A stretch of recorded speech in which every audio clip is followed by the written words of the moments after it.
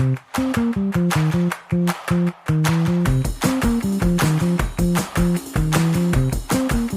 and welcome to Fan Theory Queries, where we analyze fan theories from all over the internet, but mostly Reddit. I'm Spencer. I'm Michael. And I'm Blythe. Hey, Blythe, welcome. For those that haven't been listening to our past 3 episodes, Blythe is filling in for Laura. Laura's a little under the weather with a scratchy throat. As you talk like this the whole episode, so we figured we'd get Blythe to come in here. And not talk like that. So, yes. Blythe, you can be on the show as long as you don't talk like that. Oh, man. That was my whole plan this whole time. My master plan. She's been chain smoking to prepare for it. I have. Foiled. Man. Kids, don't smoke. It's bad for you. No, it is very bad for you. You know what else is bad for you? Oh, dear. Barty Crouch. Taking too long. Yeah, Barty Crouch taking too long to talk about a theory is bad for you. Speaking of which, this episode we have a theory from Harry Potter again, one of our favorite go-tos. They say that Barty Crouch Jr. used Felix Felicis in order to impersonate Moody. Oh. Interesting. Yeah. Very interesting. Mad Eye Moody? That's the one. Mm-hmm. Not DL Moody? No. Okay. That's like his brother or something. All right. So, as I was rereading Goblet of Fire, I had a thought. How the heck did Barty Crouch Jr. manage to pass as Moody for a full year? Physically, he had Polyjuice Potion. That's logical. But Moody was one of Dumbledore's oldest friends, and it's implied Hagrid's as well. Crouch also had to repeatedly deal with ministry officials, many of whom had worked with Moody. Yes, he had access to Moody, so he could use Imperio to get information out of him. But imagine the level of detail required. From the timeline in the books, Crouch had less than 12 hours after replacing Moody to interrogate him. In that time, he had to figure out how Moody walked, talked, and behaved. The one thing we know about Moody was that he was incredibly paranoid, and that paranoia often paid off. Upon meeting Harry for the first time, for real, Moody immediately performs a check to see if Harry has been replaced or controlled, by asking him a question only he'd know. It seems fair to assume that he has some kind of code word or security question for his close friends, including Dumbledore. Also, given his extreme paranoia, Moody may have created a fake code word to be told to his kidnappers, then informed his friends that if he'd been replaced, he'd have his kidnappers say that word. Given the Imperious Curse, Crouch could have forced it out of him. But, as we learned from Harry, people can resist the curse, or at least maliciously comply, giving only partial information. One of the top Aurors in history seems like he'd have plenty of practice doing just that. When he arrived at Hogwarts, Crouch Jr. already had a large supply of Polyjuice Potion on hand. That means that Wormtail must have had access to potion materials, as well as knowledge and time to brew a complex potion. From that, we can make the logical assumption that Pettigrew also had some Felix Felicis. By having Crouch Jr. take a few drops of that at key points, he could easily manage to get lucky, saying just the right things, acting just the right way. We only see him interact with Dumbledore a few times, so he wouldn't need much of it. He also likely used it to make sure his plan went off well. After all, Crouch's entire plan hinged on a large number of tiny details going right. He had to be capable of tricking the Goblet of Fire, which was an extraordinarily difficult magical feat, then have Harry be allowed to compete instead of, just having him show up at every event and choose to forfeit. Then have Harry succeed in his tasks, have Neville and Dobby help Harry, have Harry be the first to the cup, etc. Using Felix Felicis would allow him to shift the odds on those events, augmenting his planning even more. The end. That's it. Okay, before we move forward, I need a quick refresher of what Felicis does. It gives you good luck, is that right? Yes, it's essentially a luck potion. You drink it, and for a limited amount of time, depending on how much you drink, you are granted extraordinary luck, essentially. Okay. Yeah. All right. Cool. So what do you guys think? You know, it's funny. Goblet of Fire was the last full Harry Potter book I read. Oh, really? I loved it. And for some reason after that, I started reading Order of the Phoenix, and I didn't finish it. I've watched all the movies, though. Fun story. Okay. Yeah, what do I think? Yeah, go for it. Okay, since you asked, I think, first of all, let me ask, does all of his plan really hinge on that many details to go right? Mm-hmm. And if so, I feel like a lot of it was actually, manipulated by him. That was not luck, though. Like, I feel like he did do a lot, had his hands in a lot of things to make it go the way he planned it. Or am I remembering incorrectly? No, I think you're on the right track there.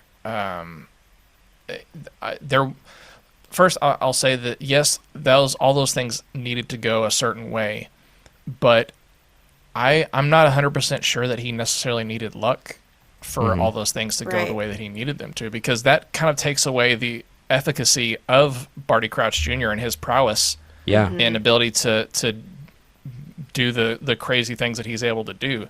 If he just has to rely on luck for everything, then anybody could have done that.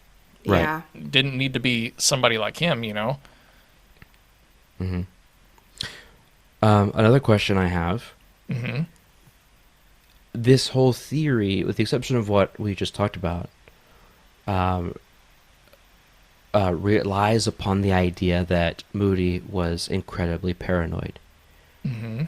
And a lot of assumptions that, okay, well, if he was paranoid, he probably would have done this, or he may have even done this, because that's what paranoid people would do. But we don't have any examples of him doing that.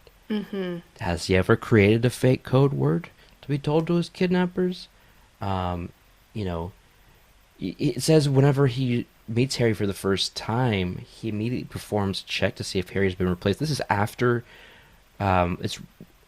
he's been rescued. Is that correct? Like after Barty has been revealed? Yes. Okay, so who wouldn't do that? If you've been kidnapped and been replaced for a year, wouldn't you be paranoid? And especially after that event, then you would be especially paranoid, and then that makes sense. But was he that paranoid before all of this happened? Right.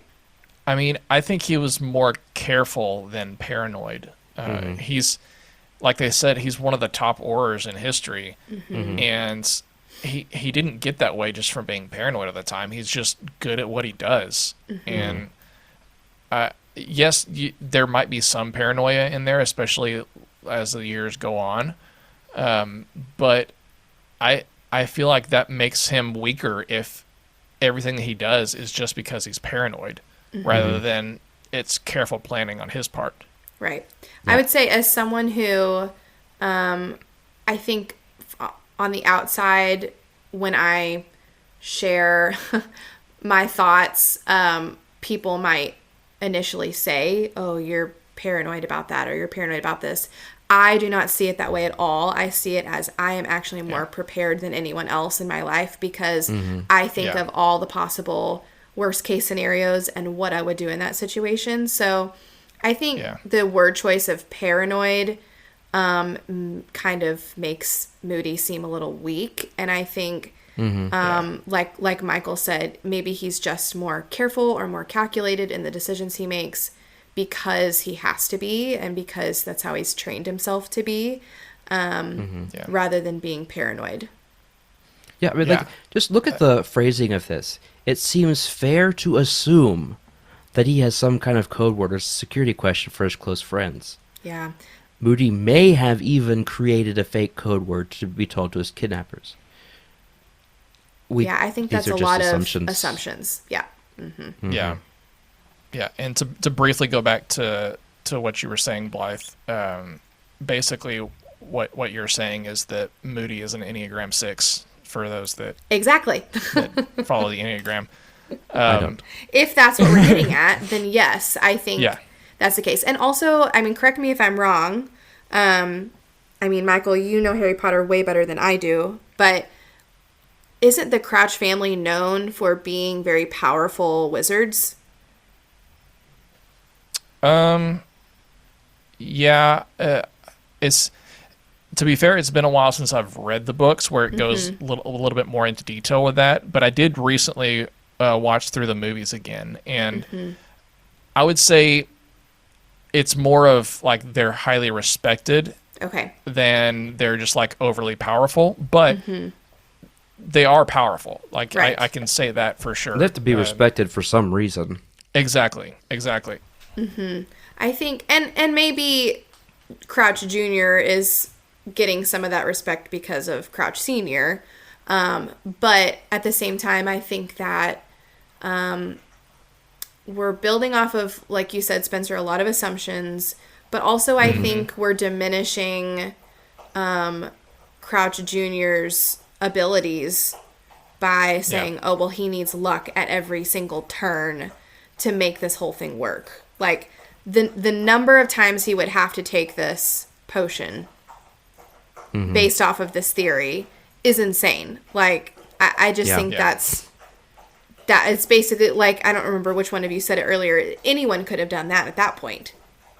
You know, I mean, Dobby could do it at that point. You know what I mean? Like, if they're using liquid luck at every single turn, every single individual interaction that has to happen perfectly, I think that's just diminishing Crouch's abilities, personally. Yeah. All right. Well, looks like this post was pretty popular. It's got some really good comments.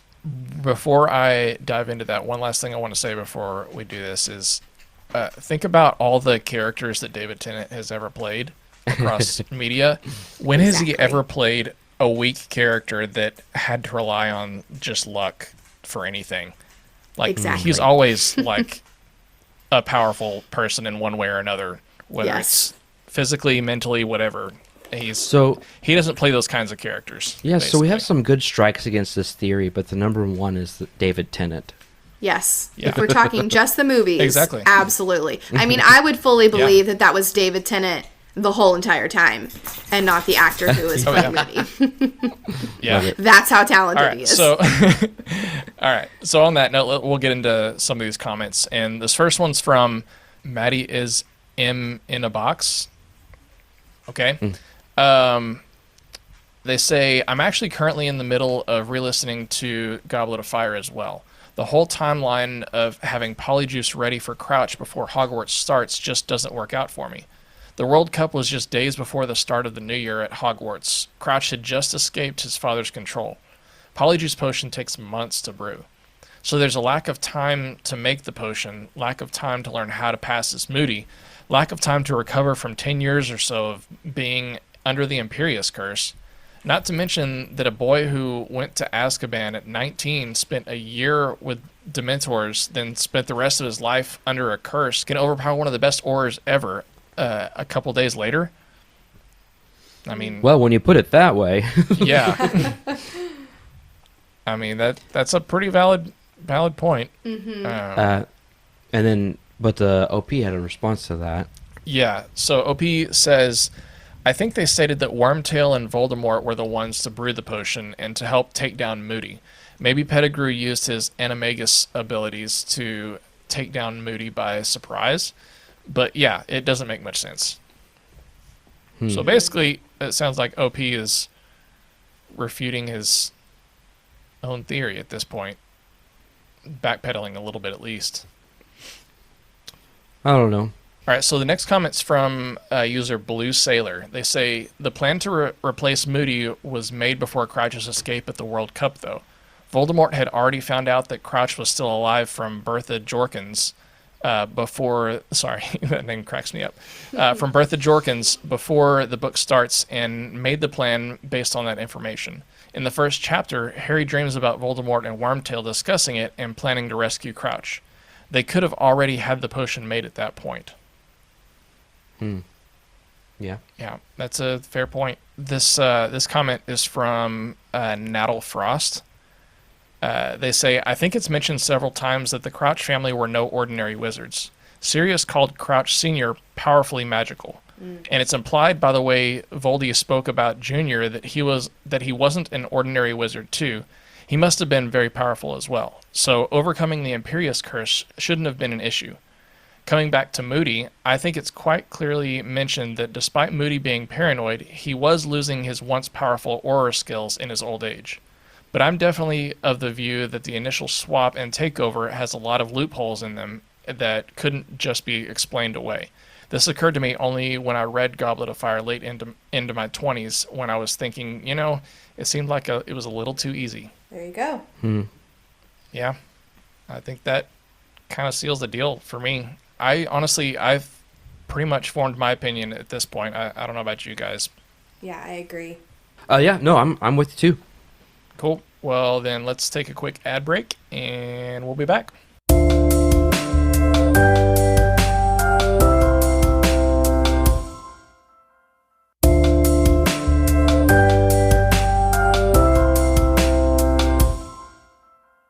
All right, we are back from our ad break, and it is time to give this theory a rating. But really quickly, before we get into that, just to remind all you listeners, I'm going to go over our rating scale just one more time.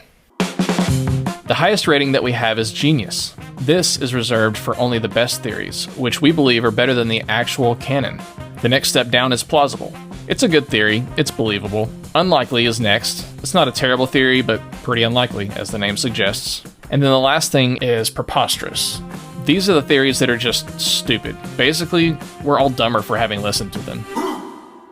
All right, who's up first? I'll go first. Okay, go for it. I think this is preposterous. Yeah, I think it's dumb. I don't think this person is looking for explanations. Sure, okay, maybe some things don't add up. That welcome to fiction, Yeah. And while in some books and movies and things, and even other Harry Potter areas, we can find things that actually might make sense where things don't add up. Ways to explain that. Here, I don't think it's needed. And I just think that this is silly. And I think, like y'all mentioned, he would have to take a lot of liquid luck. Yeah. And I'm going to cheat a little bit. This isn't my knowledge. I did read another comment that said Slughorn, who's known as one of the greatest potion makers in the Wizards game world, explains that liquid luck is the hardest potion in the world to brew and extremely expensive. Yes. So again, that would be if you have to drink a lot of it, which, I don't know how much you need, but still, you would have to have a lot of that. I think the characters are who they are, and that speaks for themselves and their motivations and their abilities to accomplish certain things, not luck. Yeah. Preposterous.